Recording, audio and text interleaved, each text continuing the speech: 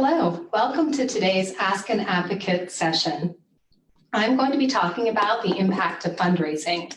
My name is Jennifer Beittel, and I'm the Corporate and Foundation Relations Manager here at PCADV. First, I'd like to give you an overview of what I'm going to talk about today. We'd like this to be an interactive session as much as possible, so please, during today's Ask an Advocate session, feel free to post some questions on our Facebook page or on Instagram, and I will do my best to get to those at the end of the session today. Also, I'm going to try really hard to make this as interactive as I can and not look at my notes too much, but please bear with me. Today, I'm going to talk about why fundraising matters to PCADV. I'm going to talk just a little bit about why it really matters for all of us to give and to serve together as we shape and form our world. And I'm going to share just a few of my own insights and inspirations for why PCADV and the work that we do really hits home for me and matters to me. First, I'd like to just share a little bit about the coalition. If you are unfamiliar with our work, since 1976, PCADV has advanced a mission to end intimate partner violence and all forms of violence against women. PCADV is the state contractor for domestic violence services. We receive state and federal pass-through dollars, which partially fund our 59 direct service programs throughout the Commonwealth. Services are provided in all 67 counties of Pennsylvania. PCADV in particular provides infrastructure, support, expertise, training, and monitoring and evaluation to help our member programs provide the vitally needed direct services that they do. A little bit about PCADV's story. Back in the spring of 1976, our founder, Susan Kelly Dreiss, and a few women gathered around her kitchen table in Hershey. And these few women talked about just the vital need for domestic violence services and shelter across their communities and across the state. And from these few women at a kitchen table grew the first domestic violence coalition in the nation. And if you think about 1976 and what was happening in the 70s, a lot of important things were happening for women with legislation. We had Title IX. We had the Equal Rights Amendment, and we also had Roe versus Wade. But even with all of these really important pieces of legislation, there were no laws to protect victims of domestic violence, and there were very few services to help. Now, that might not sound that surprising for 1976, but I'd like to share that I come from a background of institutional fundraising, but I'm relatively new to domestic violence work. And I am surprised all the time by things that come up. For example, not too long after I started working at PCADV, Act 79 took effect. And what that legislation did, it said that no longer did perpetrators have 60 days to relinquish weapons after being served with a PFA. They reduced that to 24 hours. Weapons also then had to be turned over to law enforcement or to authorized firearms dealers and not to friends and family. It's shocking to me that that legislation was needed. And even just over this weekend, I was listening to NPR and I heard a snippet about the Jeffrey Epstein case in Florida and was just flabbergasted to learn that for 16-year-old women, molestation is not a sex crime. And for me, that really hits home because I have a 16-year-old daughter. And I bring these things up just simply for the reason that it's really important that we talk about these difficult issues, that we educate ourselves, and that we become involved. How can you get involved? PCADV has wonderful resources available. You're here on Facebook today, joining us for this Ask an Advocate session. We do a great job of keeping you up to date on different things that are happening in Pennsylvania and federally. Also, we have a wonderful website at pcadv.org. Visit our policy center to learn more and to find out how you can play an active role. But why is fundraising in particular important to PCADV? Well, I shared a little bit about where we came from, starting around that kitchen table in 1976 because from just a very few women gathered together to really start the movement and to start the first coalition in the nation, it grew to be 59 member programs across the entire state of Pennsylvania, making significant changes and having real impact in the state as well as across the country. And what types of things happen because of that? Well, our advocates today work tirelessly to meet the needs of victims and survivors, whether they're physical needs, emotional needs, or financial needs. The coalition back in 1976 and still today does much to help shape both Pennsylvania and federal law. That connectivity, that ability to connect providers and services across the state, well, money makes the world go round. It's very important to have fundraising dollars to support the work that we do here at PCADV.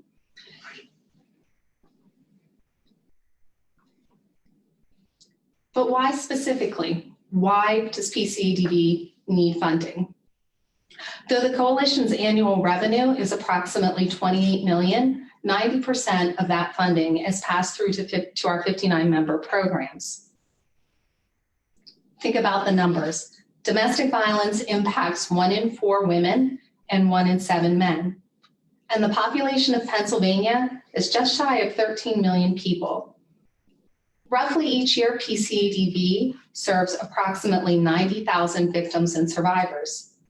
If you do the quick math in your head, more funding is needed to expand and grow programs across the state and to serve more victims and survivors and to help prevent domestic violence before an incident occurs. I'd like to give you just some interesting figures. See, did you know? A lot of this was new information to me when I joined the movement. I just mentioned that PCADV each year helps about 90,000 victims and survivors of domestic violence. In 1 year, we provided 266,652 shelter nights. We answered more than 87,656 hotline calls, provided more than 360,000 hours of counseling, and reached more than 300,000 people through education and awareness and primary prevention activities, and trained more than 58,000 advocates. But in 1 year, more than 10 million people, an average of 20 people per minute, are physically abused by an intimate partner. In 1 year, PCADV had more than 6,500 unmet requests for shelter. Last year, there were 123 victims in Pennsylvania as a result of domestic violence homicides.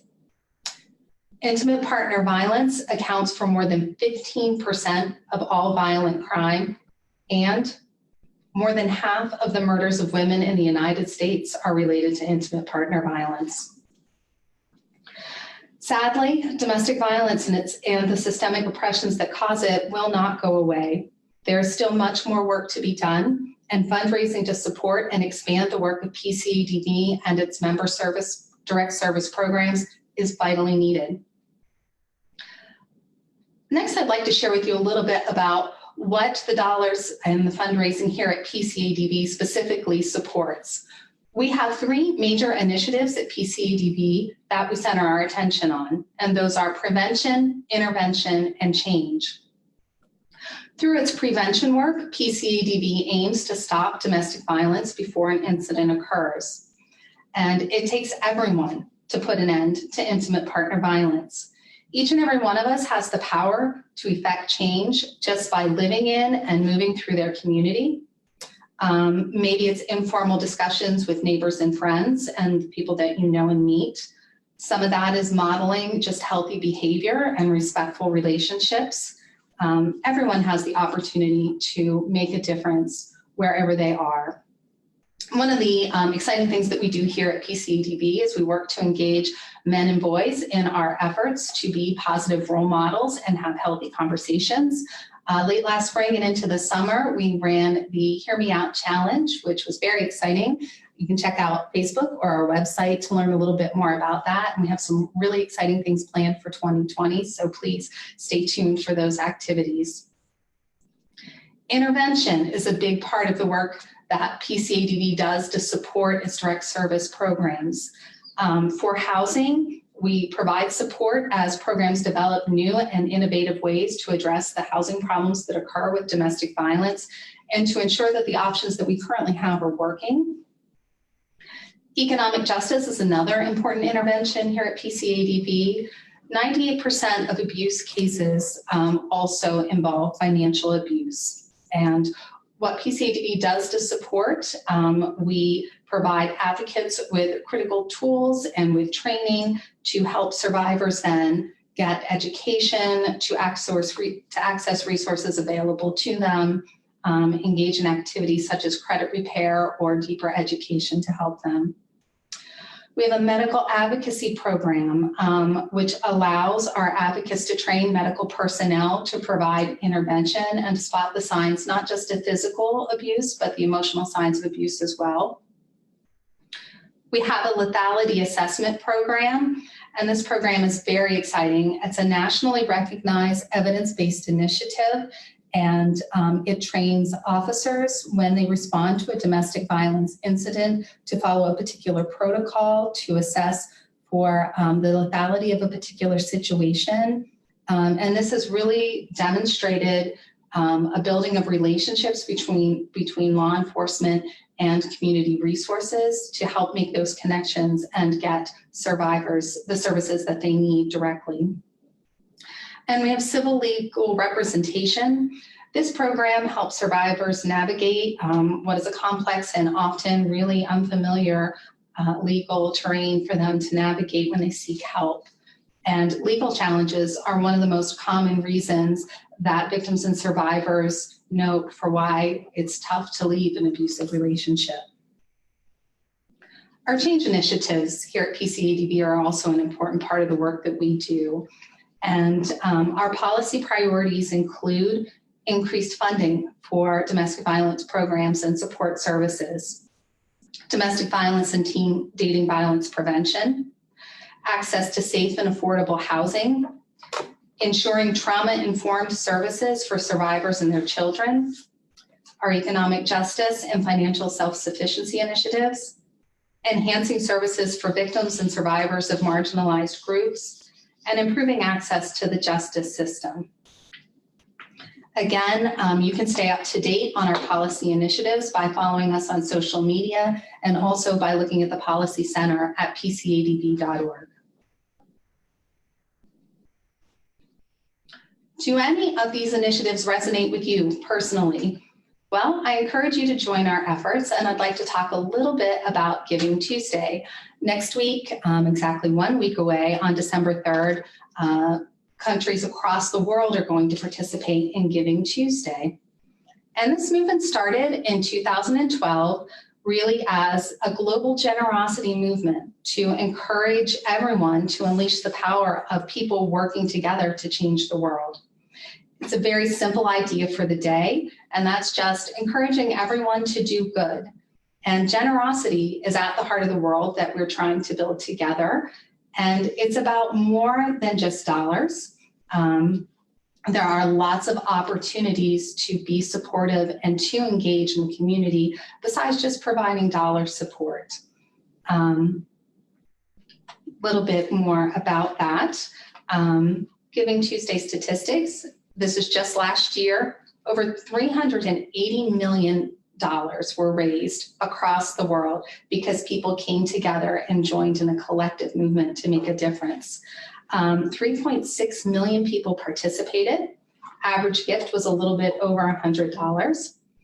14.2 billion social media impressions on that day, and more than 150 countries participated. How can you get involved beyond providing support? We will be running a campaign on Giving Tuesday on our Facebook site. You can also always give online and support the coalition at pcadv.org. And volunteering is a very important part of the work that we do, and getting in touch with our member programs. I think you can probably see on your screen now our opportunity to search for your zip code.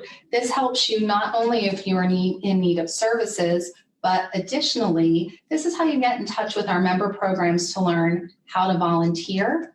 We're entering into a season of giving, and it is very important to take a look at their websites. Almost every website has a list of needs for that particular service provider in the county region. Take a look at what their needs are. Maybe you can help address some of those or volunteer. Personally, I'm going to be starting a Facebook fundraiser for December. During November, I watched a lot of my Facebook friends do 30 Days of Thankful, and I was inspired by that. And I'm going to translate that to 31 Days of Giving for December. And using my own Facebook profile, I'm going to set up a fundraiser to support PCADV. And I'm going to provide something new every day for why I'm inspired to ask for support. And recently, over the weekend, I attended Kelly's Cabaret at the Hershey Area Playhouse, and funds were raised to support domestic violence victim Kelly Kern, whose life was tragically taken in August. And her story is inspirational. It's just one of the things I'm going to be sharing with my Facebook fundraiser in December.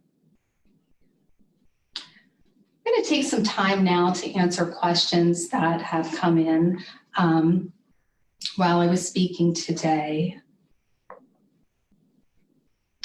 First question, how do I create my own Facebook fundraiser? Well, I just talked about that a little bit. You want to use your own Facebook profile to set up a fundraiser. And then when you do that, you'll get the opportunity to select which organization you want to support. And the Pennsylvania Coalition Against Domestic Violence, PCADV, is one of the searchable options that will come up. Next question. How do I give a donation directly to PCADV?